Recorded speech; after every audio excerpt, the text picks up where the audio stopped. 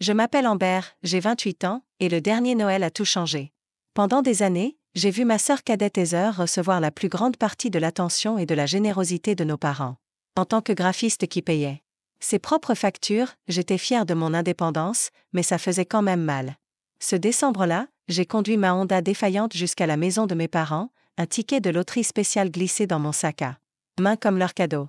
Je n'aurais jamais imaginé à quel point ce ticket allait transformer ma vie. Quand Heather a eu une toute nouvelle voiture et que moi, j'ai reçu des chaussettes, avant d'entrer dans les détails, laissez un commentaire pour me dire d'où vous regardez, appuyez sur like et abonnez-vous si vous vous êtes déjà senti comme le frère ou la sœur oubliée dans votre famille. Croyez-moi, cette histoire de Noël ne finit pas comme vous le pensez. En grandissant dans la banlieue de Boston, le schéma était d'abord subtil. Mes parents, Richard et Karen Mitchell, ne favorisaient jamais explicitement Heather, mais leurs actes en disaient long. Quand j'avais des mentions « très bien » au lycée, ils hochaient la tête avec approbation. Quand Heather ramenait des bébés, ils célébraient avec de la glace.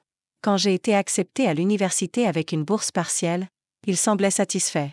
Quand Heather a été acceptée dans une université publique locale, ils ont organisé une fête. Nous sommes tellement fiers de nos 2 filles, disait maman à chaque fois que quelqu'un relevait cette différence.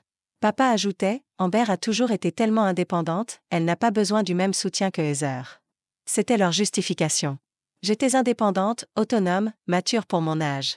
Ces compliments se transformaient en excuses pour me donner moins d'attention, moins de soutien, et oui, moins de ressources. Après avoir obtenu mon diplôme avec mention en design graphique, j'ai décroché un emploi dans une agence de marketing de taille moyenne à Boston.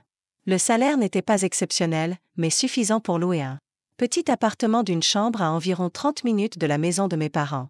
J'ai acheté mes propres meubles, payé mes factures et géré mes prêts étudiants sans demander d'aide. Pendant ce temps, à 25 ans, Heather vivait encore chez nos parents. Elle suivait des cours à temps partiel au collège communautaire local, travaillait occasionnellement dans une boutique en centre-ville et passait la plupart de ses soirées à sortir avec ses amis.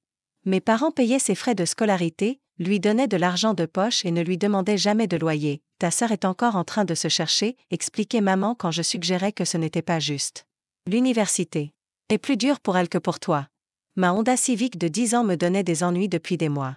La transmission glissait, la climatisation était tombée en panne l'été précédent, et le témoin de contrôle moteur était devenu un élément permanent du tableau de bord. 3 mois avant Noël, j'avais dépensé près de $2000 en réparation, de l'argent que je mettais de côté pour des vacances.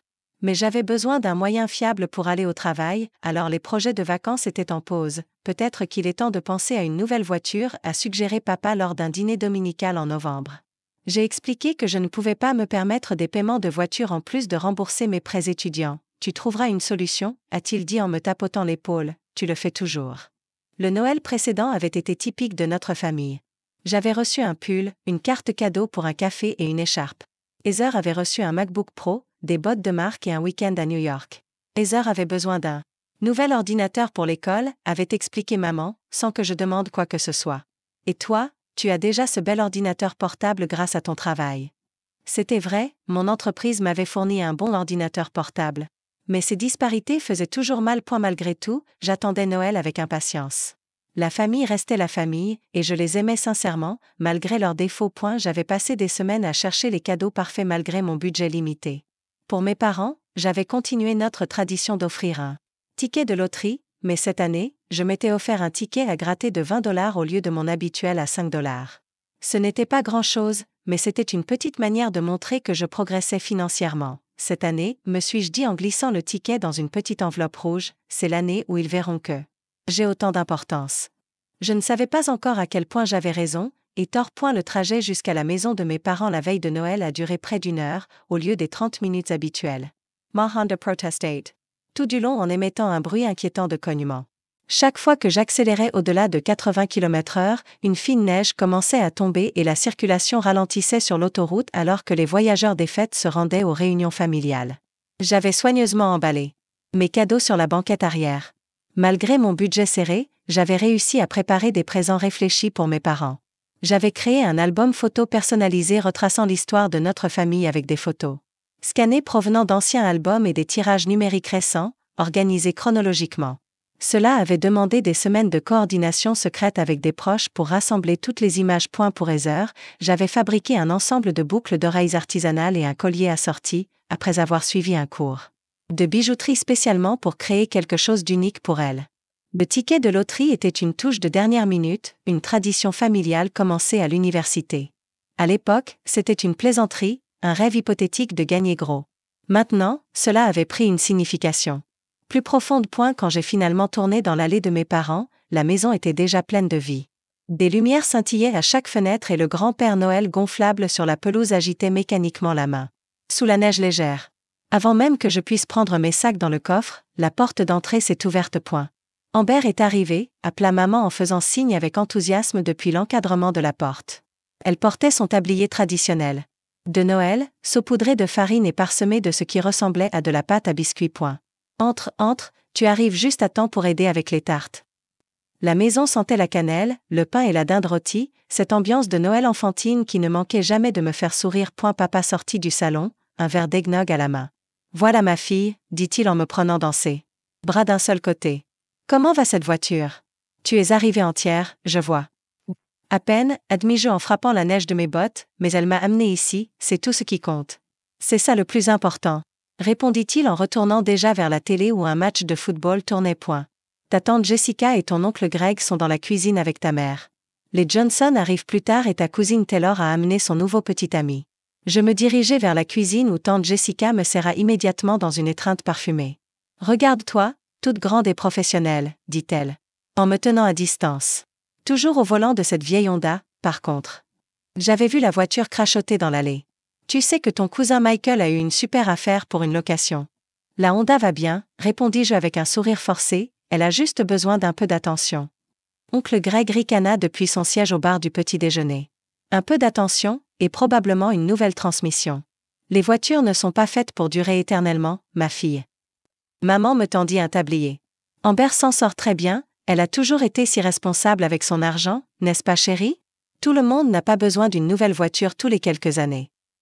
Je nouai le tablier autour de ma taille, me demandant si le commentaire de maman était une pique envers la tendance d'oncle Greg à louer régulièrement des voitures neuves, ou simplement sa manière de justifier pourquoi il ne m'avait pas aidé avec ma voiture. Où est Heather? Demandai-je en changeant de sujet, en commençant à étaler la pâte à tarte.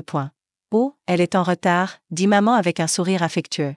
Tu connais ta sœur, elle a envoyé un texto il y a un moment pour dire qu'elle finissait ses achats de dernière minute. Bien sûr qu'elle l'était.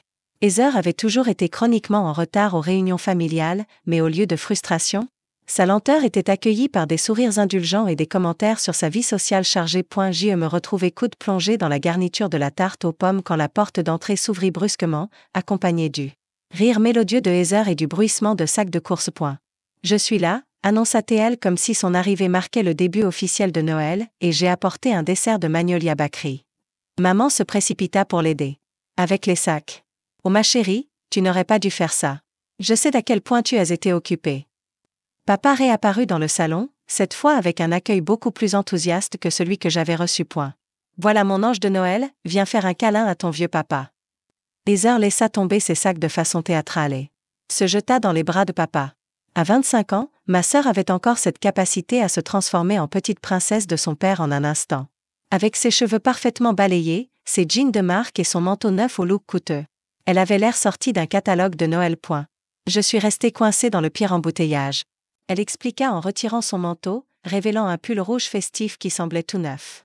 Et puis, les files d'attente au centre commercial étaient folles. Mais tu ne pouvais pas arriver sans cadeau pour tout le monde. Théo a déjà offert des cadeaux à tout le monde la semaine dernière, lui rappela maman en désignant la pile de paquets joliment emballés sous le sapin. Ce sont des extras, dit Heather en faisant un clin d'œil. Juste quelques petites choses que j'ai vues et auxquelles je n'ai pas pu résister. La préparation du dîner continua, Heather passant d'une tâche à l'autre entre aide et bavardage, tandis que je travaillais régulièrement sur les tartes, les accompagnements et la mise en table. La famille élargie arriva, les Johnson d'accent grave côté, la cousine Taylor avec son nouveau petit ami Chad, et le collègue de travail de mon père, Bill, accompagné de sa femme Suzanne. Pendant le dîner, la conversation coulait naturellement, ponctuée par les histoires animées de Heather sur ses amis, ses cours et ses projets d'avenir. Quand on m'interrogea sur mon travail, je commençai à expliquer une nouvelle campagne passionnante que je concevais, mais on m'interrompit rapidement. À propos de design, Heather, tu ne disais pas que tu pensais suivre quelques cours d'art le semestre prochain? Demanda oncle Greg, orientant efficacement la discussion vers ma sœur. Oh oui, Je pense peut-être me spécialiser en design graphique, répondit Heather en me regardant. Amber rend ça tellement amusant, et j'ai toujours été créative. Maman rayonnait. Le professeur d'Heather dit qu'elle a un œil naturel pour l'esthétique. Elle a eu un A à son cours d'art visuel le semestre dernier. Je pris une longue gorgée de vin, me rappelant mes propres mentions, très bien, dans mon cursus de design et les stages que j'avais faits pendant mes études, mais je ne dis rien. À la fin du dîner, Heather mentionna qu'elle avait du mal avec son cours de gestion. Je ne comprends tout simplement pas pourquoi je dois suivre un cours d'économie, soupira-t-elle, c'est tellement ennuyeux, et le professeur est comme un dinosaure. L'université n'est pas que plaisir et jeu, ma chérie, dit papa d'un ton doux, mais ne t'inquiète pas, ta mère et moi avons parlé, et nous pensons que tu devrais peut-être réduire ta charge de cours le semestre prochain. Pas besoin de t'épuiser. Je faillis m'étouffer avec ma tarte. Quand j'avais eu des difficultés avec un cours difficile à l'université, mon père m'avait simplement dit « Bouge-toi, c'est ça l'université ». La disparité devenait de plus en plus évidente, et la soirée ne faisait que commencer. Dans notre famille, la veille de Noël avait toujours été l'événement principal. Après le dîner débarrassé et le dessert servi, nous nous rassemblions dans le salon pour l'échange des cadeaux. C'était une tradition qui remontait. À l'époque de mes grands-parents, ouvrir les cadeaux la veille de Noël, puis passer le jour de Noël à se détendre et profiter des présents. Le salon avait été transformé en un pays des merveilles festifs. Le sapin de 2 mètres et 18 centimètres scintillait de lumière blanche et d'ornements collectionnés pendant des décennies, beaucoup faits à la main par Heather et les enfants de Mia. Un feu crépitait dans la cheminée et la musique de Noël jouait doucement dans le système audio. Dehors, la neige continuait de tomber, créant le décor parfait d'une carte postale de Noël à travers la grande baie vitrée. Chacun trouva sa place, les adultes sur les canapés et les fauteuils, les plus jeunes y compris la sœur de 10 ans du petit ami de Taylor, sur des coussins par terre. Papa prit sa place près du sapin, assumant son rôle annuel de Père Noël, distribuant les cadeaux un par un. Comme toujours, du plus jeune au plus âgé, annonça-t-il, une règle qui faisait que Heather ouvrait toujours ses cadeaux avant moi toute notre vie. Je m'assis sur le rebord de la fenêtre, un peu à l'écart du cercle principal, mon verre de vin me donnant le courage liquide pour ce que je pressentais être un nouvel exercice de déception masqué. L'enveloppe rouge contenant le ticket de loterie pesait lourd dans la poche de mon pull. Papa commença à distribuer les cadeaux, en commençant par la petite sœur de Chad, Emma, qui reçut des livres et des jouets de plusieurs membres de la famille. Mon cadeau pour elle, un kit artisanal de bracelets d'amitié, lui valut un véritable sourire de joie. Quand vint mon tour, je regardais nerveusement chaque destinataire déballer ses cadeaux. L'album photo destiné à mes parents reçut des signes d'approbation reconnaissants. Mais l'album fut rapidement mis de côté. Je le regarderai plus tard, chérie, promit maman en attrapant déjà le paquet suivant. Les bijoux faits main pour Heather reçurent un merci rapide. C'est mignon, sœur. Avant qu'elle ne passe à un paquet beaucoup plus grand de la part de nos parents. En revanche, les cadeaux d'Heather, parfums de luxe pour maman, coffret de whisky haut de gamme pour papa, foulard de créateur pour les tantes et oncles, furent accueillis par des exclamations de plaisir et de multiples remerciements. Je savais, sans demander, que nos parents avaient financé ces cadeaux pour Heather, comme chaque année. Puis vint le moment d'ouvrir mes cadeaux. De la part d'Heather, je reçus un ensemble de bains génériques qui avait encore une étiquette de solde partiellement visible en dessous. De la part de mes parents, j'emballai une paire de chaussettes en laine, une carte cadeau de 25$ pour un café, et un bonnet tricoté. Merci, dis-je en essayant de paraître reconnaissante. Le bonnet sera sûrement utile, il est en laine. Je sais combien ton appartement est froid en hiver, ajouta maman. J'y hochai la tête, repensant à la façon dont je gardais le thermostat bas pour économiser sur le chauffage. Mes parents le savaient parce que je leur en avais parlé.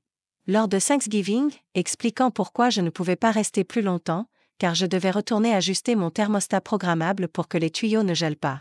Mais aucun d'eux ne s'était proposé de m'aider à payer mon chauffage, alors qu'ils prenaient en charge toutes les factures des heures. Maintenant, dit papa d'un ton dramatique, je pense qu'il y a encore un cadeau spécial quelque part. Il fit semblant de chercher derrière le sapin, puis sortit une petite boîte enveloppée dans un papier argenté, ornée d'un délicat nœud bleu. Ah, la voilà. Pour Heather, de la part de maman et papa. La pièce se tut alors qu'Heather acceptait la petite boîte, les yeux grands ouverts d'anticipation. Elle enleva délicatement le nœud et déballa le papier, révélant un écrin en velours. Lorsqu'elle l'ouvrit, au lieu de bijoux, une seule clé de voiture reposait sur l'intérieur en satin. Un instant, elle sembla confuse, puis la compréhension illumina son visage. Non, murmura-t-elle en levant les yeux vers nos parents, non. Maman pleurait déjà, les larmes de joie coulant sur son visage. Papa rayonnait de fierté. Elle est devant, dit-il. Joyeux Noël, princesse. Toute l'assemblée se dirigea en masse vers la porte d'entrée. Papa la jeta ouverte pour révéler un tout nouveau SUV dans l'allée, orné d'un énorme nœud rouge sur le toit. Et la chute de neige formait le décor parfait pour ce véhicule blanc éclatant. C'est une Lexus NX, annonça papa fièrement. Traction intégrale pour la sécurité, toutes les dernières options, et une excellente économie de carburant. Heather cria de joie et courut dans la neige, sans même prendre la peine d'enfiler un manteau. Et la famille suivit, s'extasiant sur les caractéristiques du véhicule pendant qu'Heather sautait sur le siège conducteur et commençait à explorer l'intérieur. Je restais figé dans l'encadrement de la porte, incapable de bouger. Le contraste était si saisissant que cela en devenait presque comique, des chaussettes en laine et une carte cadeau pour un café pour moi, un SUV de luxe pour ma sœur. Ma vieille Honda était garée à quelques mètres de la nouvelle Lexus de Heather, paraissant encore plus pathétique en comparaison. Personne ne semblait remarquer que je ne participais pas à la célébration. Ils étaient tous rassemblés autour de la voiture, regardant Heather ajuster les sièges et les rétroviseurs, tester le système audio. Je reculais silencieusement dans la maison, la poitrine serrée d'émotion. Dans le salon vide, des papiers cadeaux abandonnés jonchaient le sol. J'y ramassé mes cadeaux modestes et les rangeais dans mon sac de voyage. L'enveloppe rouge avec le ticket de loterie semblait se moquer de moi dans ma poche. Je me dirigeais vers la salle de bain en verrouillant la porte derrière moi. Dans le miroir, mon reflet montrait une femme essayant désespérément de ne pas pleurer, le mascara commençant déjà à couler au coin des yeux. Ne le fais pas, me murmurai-je, ne leur donne pas cette satisfaction. Mais les larmes vinrent quand même, chaudes et en colère, coulant sur mon visage alors que je m'asseyais au bord de la baignoire. Dehors, j'entendais les exclamations joyeuses et le coup de klaxon occasionnel alors qu'Heather testait probablement son nouveau jouet. Je restai dans la salle de bain jusqu'à ce que j'entende tout le monde revenir à l'intérieur, les rires et les conversations excitées remplissant à nouveau la maison. Après m'être aspergé le visage d'eau froide et avoir retouché mon maquillage. Je rejoignis le groupe avec un sourire forcé. Personne ne me demanda où j'avais été. Le matin de Noël se leva clair et froid, le soleil reflétant la neige fraîche dehors. J'avais à peine dormi, me retournant sans cesse dans mon lit d'enfant, repassant en boucle les événements de la veille dans ma tête. Le ticket de loterie restait dans son enveloppe rouge, toujours sans but accompli.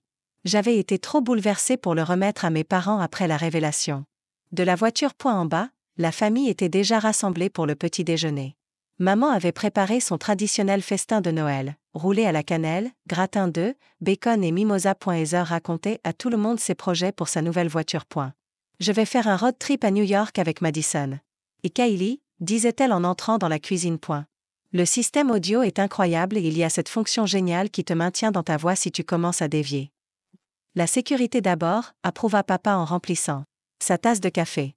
C'est pour ça qu'on a choisi ce modèle, toutes les dernières options de sécurité. Bonjour, dis-je en forçant de la gaieté dans ma voix. Joyeux Noël. Joyeux Noël, ma chérie, répondit maman en me glissant une assiette. Tu as bien dormi? Avant que je puisse répondre, Heather intervint. J'ai à peine dormi, j'étais trop excitée par la voiture. Je regardais par la fenêtre pour m'assurer qu'elle était bien là. Eh bien, tu ferais mieux de t'y habituer, ricana papa.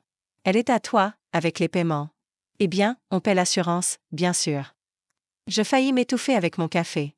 Vous payez aussi son assurance? Un moment. The silence installa. Maman et papa échangèrent un regard. Eh bien, oui, finit par dire maman. L'assurance pour les nouveaux conducteurs et les nouvelles voitures peut être très chère. Elle a 25 ans, fis-je remarquer, ce n'est plus une nouvelle conductrice. Papa s'éclaircit la gorge. Amber, c'est Noël, ne parlons pas de ça. Je pris une profonde inspiration, essayant de contrôler les émotions qui montaient. En moi. J'essaie juste de comprendre. Vous achetez une Lexus neuve à Heather et vous payez son assurance, tandis que moi je conduis une voiture qui tombe en ruine et j'ai eu des chaussettes à Noël. Ce n'est pas juste, protesta maman. On t'a aussi offert la carte cadeau et ce joli bonnet. Ce n'est pas une question de bonnet, répondis-je, la voix basse m'étendue. C'est une question d'injustice, du fait que vous avez toujours donné plus à Heather. Plus de soutien, plus de cadeaux, plus de tout. Heather a besoin d'un moyen de transport fiable pour l'école, dit papa sur la défensive. Tu t'en sors bien toute seule, ajouta maman rapidement. Tu es tellement indépendante, Amber, nous en sommes fiers. Alors je suis punie pour être responsable? Demandai-je en posant ma fourchette. Heather est récompensée pour quoi exactement? Elle vivrait à la maison à 25 ans, mettrait 6 ans à finir un diplôme censé durer 2 ans. Ce n'est pas juste, protesta Heather, sa lèvre inférieure se retroussant dans une moue familière. L'école est plus dure pour moi que pour toi. Je regardais ma sœur, soudain fatiguée de toute cette comédie. La vie est dure pour tout le monde, Heather. La différence, c'est que j'ai dû faire face à cette réalité, tandis que toi, tu en as été protégé. La tension dans la pièce était palpable. Tante Jessica et oncle Greg s'intéressèrent soudainement de très près à leur roulé à la cannelle, tandis que Taylor et Chad chuchotaient à propos d'une possible promenade. Je pense que je vais rentrer tôt, annonçai-je en me levant de table. J'ai du travail à rattraper avant demain, Noël. Maman avait l'air vraiment choquée. Ça peut attendre?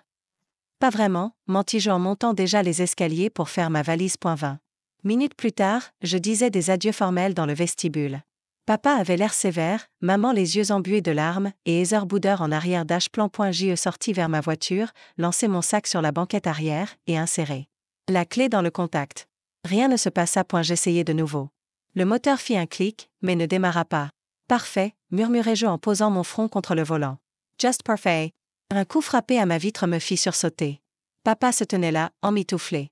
Dans son manteau d'hiver. Je baissai la vitre manuellement, les commandes électriques avaient cessé de fonctionner il y a des mois. Problème de voiture? Demanda-t-il, sa respiration formant un nuage dans l'air froid. On dirait.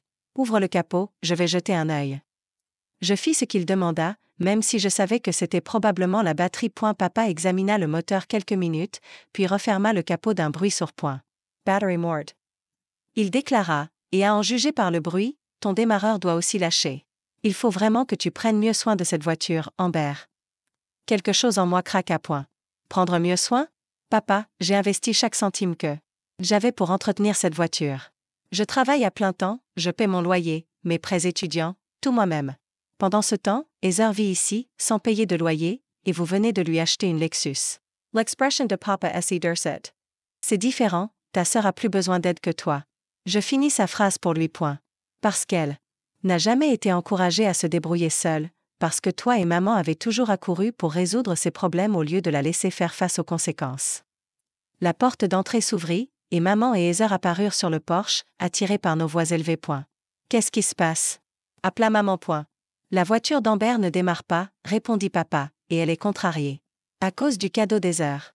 Je peux te ramener avec ma nouvelle voiture, proposa Heather avec ce qui semblait être une véritable volonté d'aider, mais qui paraissait plutôt hautaine dans ce contexte. J.E. rit, un son aigu et sans humour.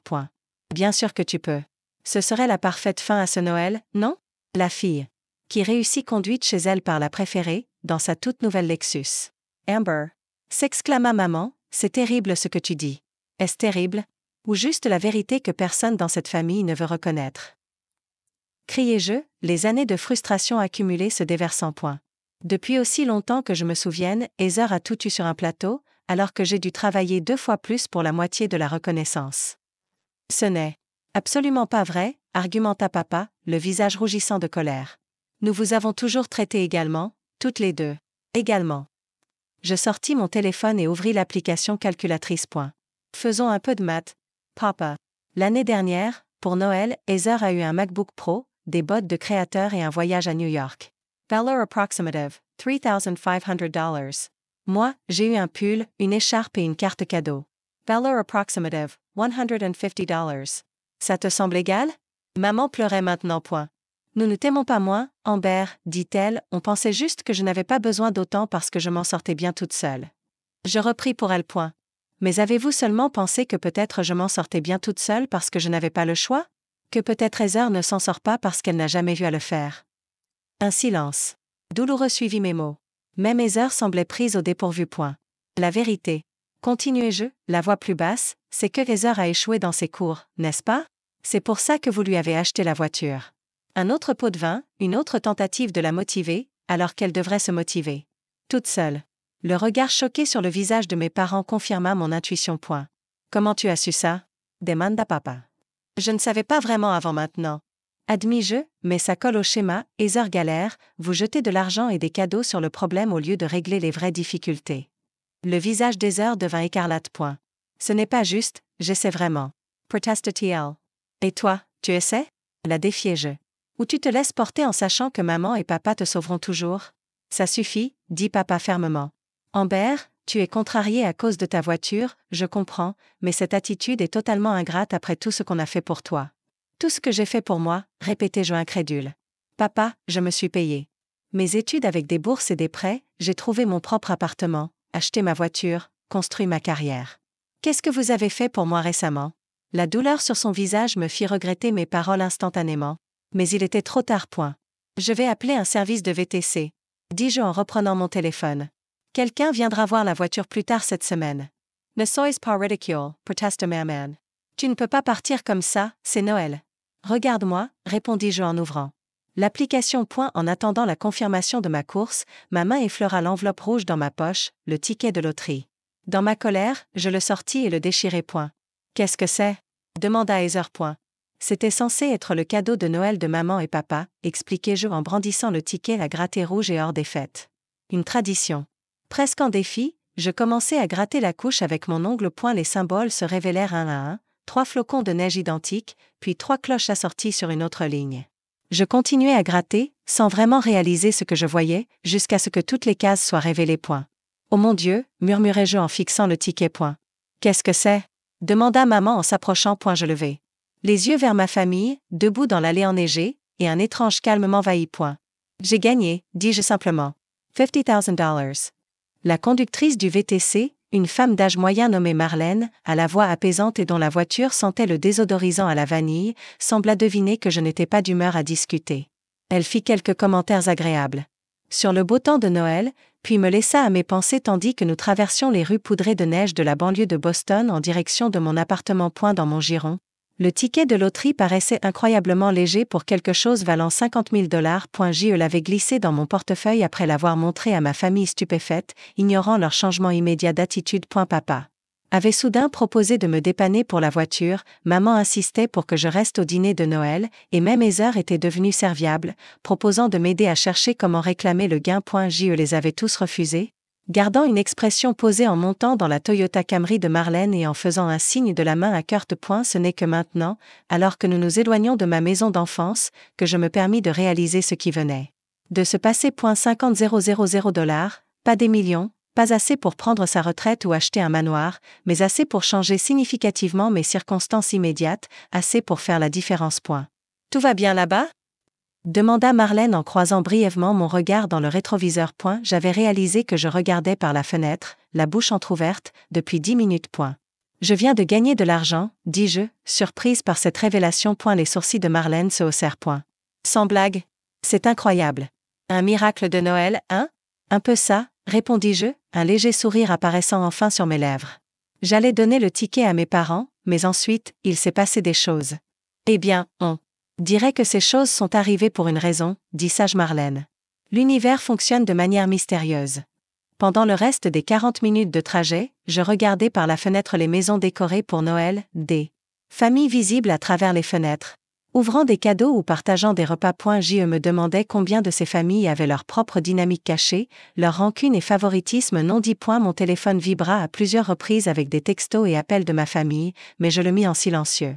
Ce moment, cette révélation, je devais la vivre seule. Quand Marlène me déposa devant mon immeuble, j'avais pris une décision. Cet argent, mon argent, serait utilisé avec réflexion et délibération. Sans achats impulsifs ni dépenses futiles. Cette manne serait le socle de la vie indépendante que je construisais depuis toujours. Dans mon appartement, le silence fut un soulagement bienvenu après les tourments émotionnels des dernières 24 heures. J'enlevai mes bottes, accrochai mon manteau et me fis un chocolat chaud, une petite douceur de Noël. Puis je m'assis à ma petite table de cuisine avec un carnet et commençai à planifier. Selon les instructions au dos du ticket. Je devrais réclamer mes gains au siège de la loterie d'État, fermé pour les fêtes, mais qui rouvrirait dans 2 jours. Après impôt, j'estimais recevoir environ $35,000, une somme toujours significative. Je divisais mentalement l'argent, 10 000 pour une voiture d'occasion fiable, 15 000 pour rembourser mes prêts étudiants, 5 000 pour un fonds d'urgence, 5 000 pour des améliorations immédiates de la qualité de vie dans mon appartement. En écrivant ces chiffres, un poids sembla se lever de mes épaules. Depuis des années, je jonglais avec les dépenses, priorisant les besoins sur les envies, surveillant chaque dollar. Cet argent ne résoudrait pas tous mes problèmes, mais il offrirait un coussin. Une bouffée d'air financier frais. Mon téléphone vibra à nouveau, 17 appels manqués, 29 messages. Je les parcourus rapidement. Maman, appelle-nous s'il te plaît, on s'inquiète pour toi. Papa, parlons-en comme des adultes. Heather, oh mon Dieu Amber, je n'arrive pas à croire que tu aies gagné, appelle-moi. Maman, ton père dit qu'on peut t'aider à investir cet argent sagement. Papa, fais attention avec cette somme, les gens vont essayer de t'arnaquer. Heather, tu m'en veux? Ce n'est pas de ma faute s'ils m'ont acheté une voiture. Je posais le téléphone sans répondre. Il pouvait attendre cette fois. Mes besoins passaient en premier point à la place, j'appelais mon amie Jasmine, la seule personne dont je savais qu'elle comprendrait sans jugement point. Joyeux Noël, répondit-elle joyeusement point. Comment va le cirque familial? Jasmine, tu ne vas pas croire ce qui m'est arrivé. Dis-je, puis je lui racontai tout, la voiture, les chaussettes, la confrontation, et enfin le gain à la loterie point. Incroyable, fut sa réponse éloquente. C'est le karma à l'état pur. Je ris, le premier vrai rire depuis des jours point. Je sais, c'est presque trop parfait. Et alors, tu vas faire quoi? Demanda-t-il. À part dire à ta famille d'aller se faire voir, ce qu'ils méritent complètement, soit dit en passant. J'ai un plan, dis-je en regardant mon carnet. Des trucs pratiques, surtout pré-auto, économie. Totalement sensé. Et complètement dans ton style. Et la situation familiale? Tu vas leur dire d'aller se faire voir avec ton porte-monnaie amélioré, ou quoi? Je soupirai, l'humour s'effaçant point. Je ne sais pas encore. Une part de moi veut les couper totalement. Une autre c'est qu'ils restent ma famille, avec leurs défauts. La famille ne veut pas forcément dire subir des dynamiques toxiques. Parfois, la chose la plus saine, c'est la distance, souligna Jasmine point. Je sais, acquiesçai-je, et je vais définitivement poser des limites, je dois juste déterminer lesquelles. Nous parlâmes encore 1 heure. La franchise de Jasmine m'aida à démêler mes émotions embrouillées. Quand nous raccrochâmes, j'avais une vision plus claire, pas seulement pour l'argent, mais aussi pour ma relation avec ma famille. À l'avenir. La semaine entre Noël et le Nouvel An passa dans un tourbillon d'activités. Je déposai ma demande auprès de la commission de la loterie, ouvris un compte d'épargne séparé pour les gains, et me renseignai sur des voitures d'occasion fiables. Mon téléphone ne cessait de vibrer avec des messages de ma famille, auxquels je répondis de façon minimale et neutre. Je vais bien. Besoin d'espace. On se reparle bientôt. Le 3e jour après Noël, je visitai un concessionnaire de voitures d'occasion recommandé par le frère de Jasmine, mécanicien. Et la vendeuse, Linda, fut d'une franchise rafraîchissante, me dirigeant loin des modèles clinquant verts. Des véhicules pratiques avec de bonnes notes de sécurité et une bonne économie de carburant. Celle-ci vient d'arriver, dit-elle en me montrant une Honda Accord de 3 ans, peu kilométrée, un seul propriétaire, tous les entretiens à jour, aucun accident. Elle est un peu ennuyeuse, mais increvable. Je la pris pour un essai, appréciant la maniabilité. Fluide et le moteur silencieux, un contraste total avec ma Civic fatiguée. Le prix, $17 000, dépassait mon budget. Mais Linda travailla avec moi sur des options de financement me permettant de la payer rapidement une fois les gains reçus. Je peux verser $2 000 maintenant et le reste quand le chèque sera encaissé, expliquai-je. Linda haussa un sourcil. On dirait que tu as eu un peu d'argent. Un peu, répondis-je avec un petit sourire. En fin de journée, j'avais signé les papiers et organisé la reprise de ma vieille Civic par le concessionnaire en échange. Et la valeur était faible, seulement $800, mais c'était mieux que rien. En rentrant chez moi dans ma nouvelle Accord, je ressentis une fierté qui n'avait rien à voir avec la voiture, mais tout avec la bonne décision prise pour mon avenir. Ce n'était pas un achat impulsif ni un symbole de statut, mais un investissement pratique dans un moyen de transport fiable qui me servirait pendant des années. Chez moi, je consultai mon téléphone et trouvai un nouveau message des heures. Alors, tu t'achètes une Ferrari avec ton gain à la loterie? Lol, je rigole. Mais sérieusement, qu'est-ce que tu vas acheter? Maman et papa font des trucs bizarres et parlent de toi à voix basse. Appelle-moi. Je posai le téléphone face contre table sans répondre. Les notifications constantes de ma famille étaient passées de la préoccupation à la curiosité, puis à un intérêt à peine déguisé pour mon coup de chance financier. Pas une seule fois, ils n'avaient reconnu la légitimité de mes sentiments ni les inégalités que j'avais pointées. 1 semaine après Noël, alors que j'organisais le retrait de mes vieux meubles, j'ai décidé d'améliorer mon canapé affaissé et ma table de salle à manger branlante avec une partie de l'argent destiné à améliorer ma qualité de veille. Et la sonnette retentit. Je n'attendais personne. Et en jetant un coup d'œil par le Judas, j'aperçus les dernières personnes que je m'attendais à voir. Mes parents, debout maladroitement dans le couloir de mon immeuble. Un instant, j'envisageais de faire semblant de ne pas être là. Mais ils avaient probablement vu la lumière allumée depuis l'extérieur, et ma voiture, ma nouvelle voiture, garée visiblement à ma place attitrée. J'y pris une profonde inspiration et ouvris la porte. Maman, papa, c'est inattendu. Ma voix sonnait plus calme que ce que je ressentais. Ils restèrent là, visiblement mal à l'aise, maman serrant son sac à main à s'en blanchir les jointures, papa les mains profondément enfoncées dans les poches de son manteau. Aucun ne semblait savoir quoi dire, maintenant qu'ils étaient réellement face à moi. Pouvons-nous entrer? Demanda finalement maman. Il fait assez froid dans le couloir. Je m'écartai, leur permettant d'entrer dans mon petit appartement. Leurs yeux commencèrent immédiatement à cataloguer les changements, le nouveau canapé gris charbon qui avait remplacé mon vieux modèle trouvé en friperie, la table à manger en bois massif à la place du modèle bancal IKEA que j'avais monté moi-même à l'université, le nouveau tapis qui unifiait l'espace salon. Tu as fait des achats, observa papa, son-on soigneusement neutre. Oui, confirma J.E. en fermant la porte derrière eux. Vous voulez du café? Je viens d'en faire une nouvelle cafetière.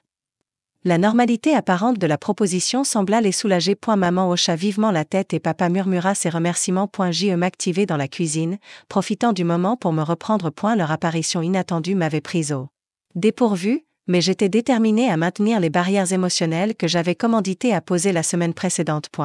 Ton appartement est joli, dit maman en lui tendant une tasse. Très adulte. Il l'a toujours été, maman, répondis-je. Tu ne l'avais juste jamais vraiment remarqué. Elle sursauta légèrement, mais ne contesta pas. Elle prit plutôt une gorgée de café et regarda papa, espérant manifestement qu'il prenne la tête de la conversation.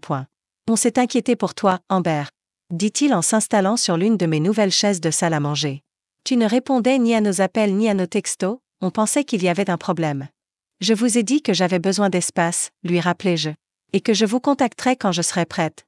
Une semaine, c'est long de ne pas parler à sa famille, intervint maman, surtout après, après la façon dont Noël s'est terminé. Je haussai un sourcil. Tu veux dire après que j'ai découvert que mes parents favorisaient systématiquement ma sœur depuis des années, au point de lui acheter un véhicule de luxe alors qu'il m'offrait des chaussettes? Oui. J'avais eu besoin de temps pour digérer ces appoints et la mâchoire de papa se serra. Nous sommes venus pour parler rationnellement, pas pour ressasser de vieux conflits. De vieux conflits? Répétai-je. Papa, ça s'est passé il y a une semaine et ce n'est pas un incident isolé. C'est un schéma qui définit la dynamique de notre famille depuis aussi longtemps que je me souvienne. Avant qu'il ne puisse répondre, une voiture klaxonna dehors. Maman alla à la fenêtre et regarda dehors. C'est une nouvelle voiture? Demanda-t-elle, la voix montant d'un ton surpris.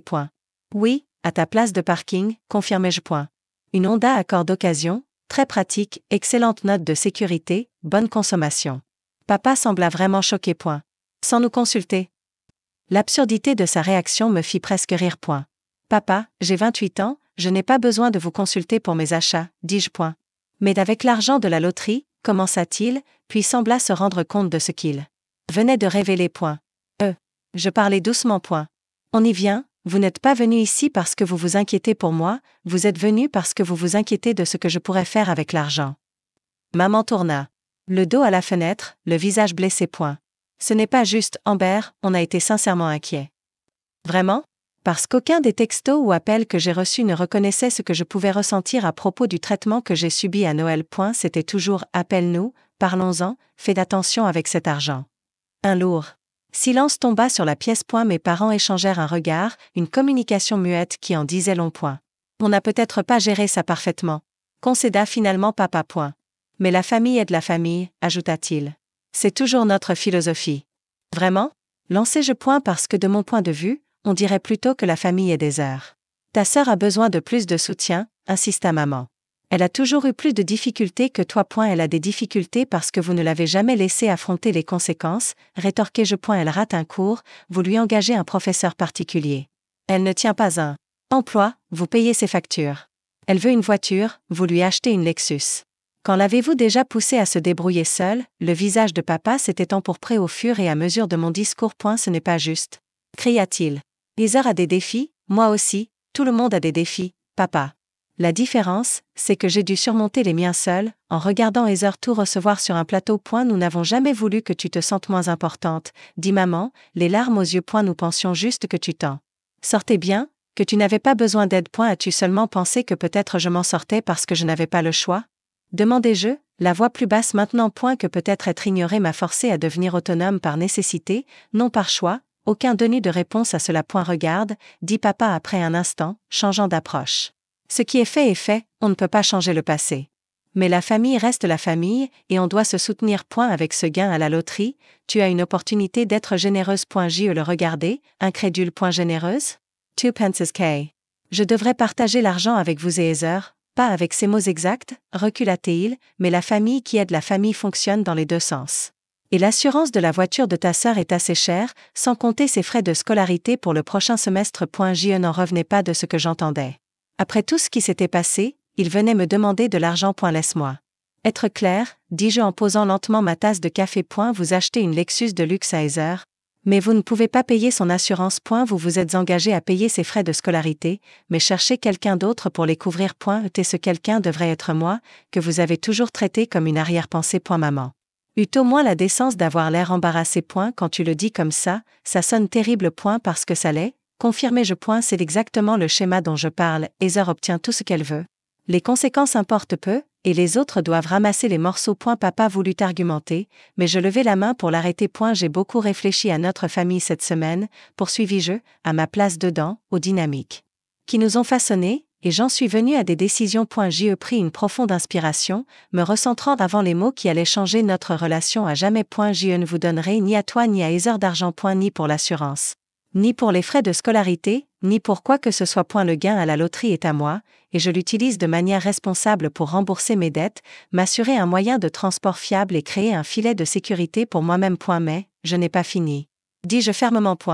Dorénavant, je pose des limites claires. Je vous aime toutes les deux et je veux une relation avec vous, mais saine, basée sur le respect mutuel. Cela signifie reconnaître le favoritisme qui a eu lieu et œuvrer à le changer. Cela signifie me traiter comme une membre à part entière de cette famille, pas seulement comme celle qui est indépendante et a donc besoin de moins d'attention et de soutien. Mon téléphone vibra sur le comptoir, un texto d'Heather.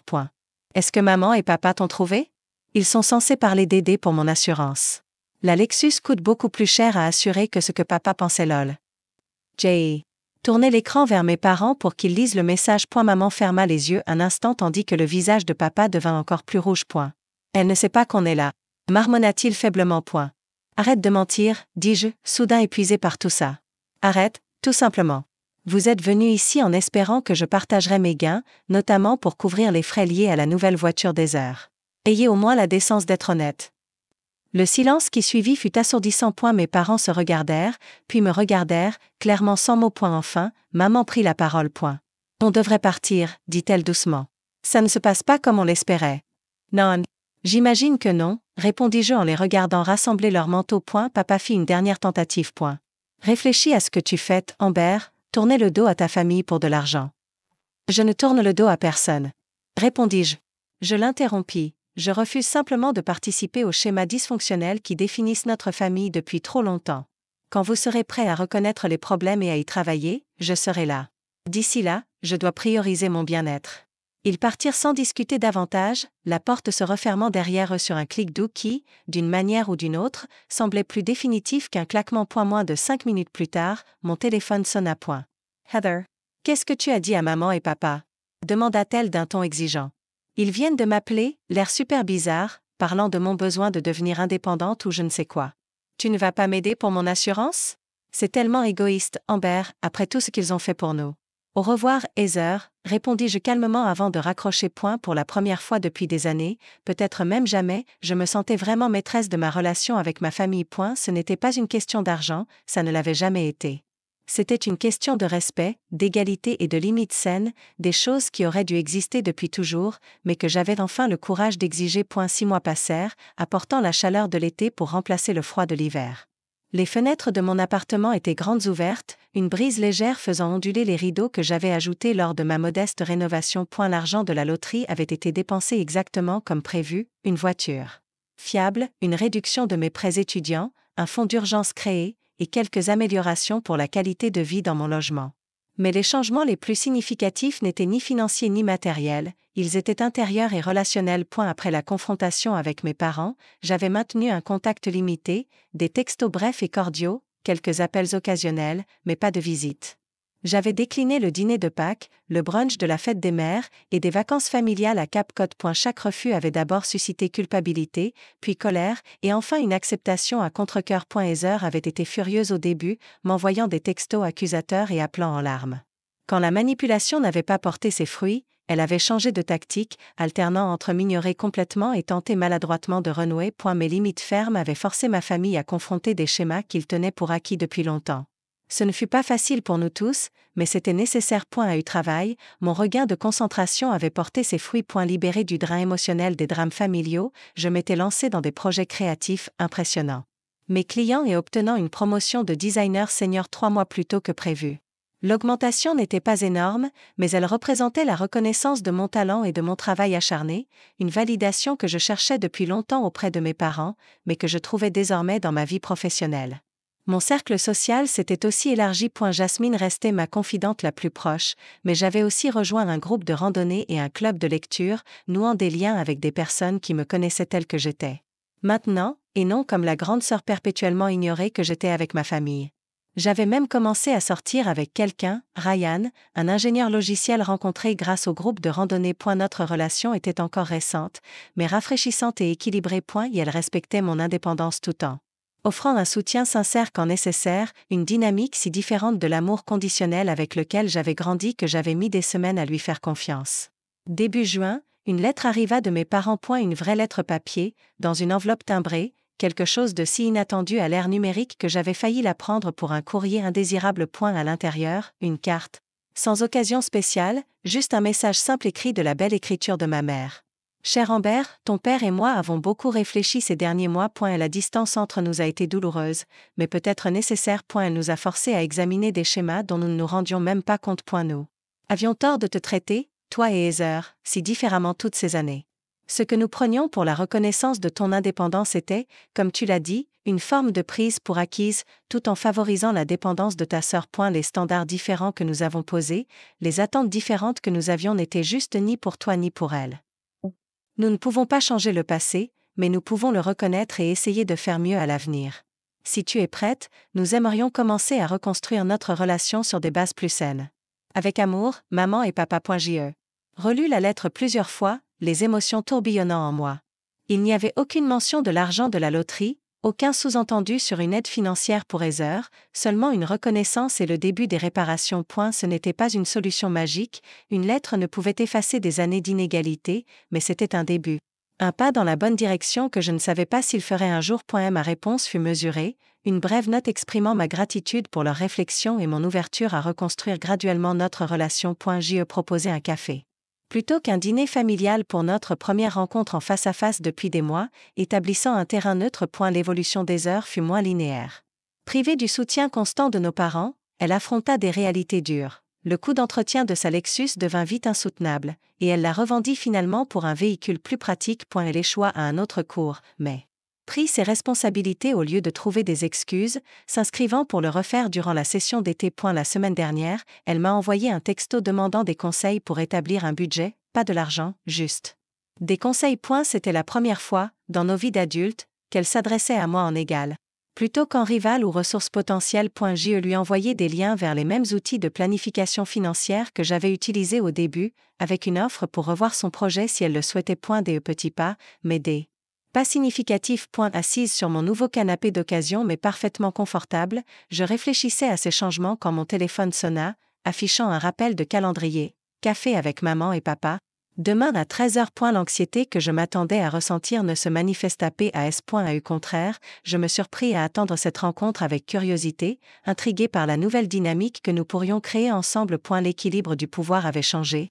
Pas nécessairement en ma faveur, mais vers une équité. Je n'étais plus la fille oubliée, désespérée de reconnaissance. J'étais une femme confiante, prête à m'engager, mais seulement sur des bases de respect mutuel. Ce Noël qui avait semblé si dévastateur s'était finalement révélé transformateur. Non pas à cause du gain à la loterie, même si cela avait certainement aidé de manière concrète, mais parce qu'il m'avait poussé à reconnaître ma propre valeur et à exiger que les autres la reconnaissent aussi. Et la leçon n'était pas que l'argent résout les problèmes, ni que couper les membres difficiles de sa famille est la solution. C'était que les relations saines exigent des limites, de l'honnêteté et de l'équilibre. Que parfois, la chose la plus aimante que l'on puisse faire pour soi-même et pour les autres est de briser les schémas nocifs plutôt que de les perpétuer. Le plus beau cadeau que j'avais reçu n'était pas le gain à la loterie. C'était la prise de conscience que j'avais le pouvoir de changer mon histoire, d'arrêter d'accepter le rôle qu'on m'avait attribué, et d'écrire un nouveau chapitre pour moi-même. De reconnaître que, même si je ne pouvais pas contrôler la façon dont les autres me traitaient,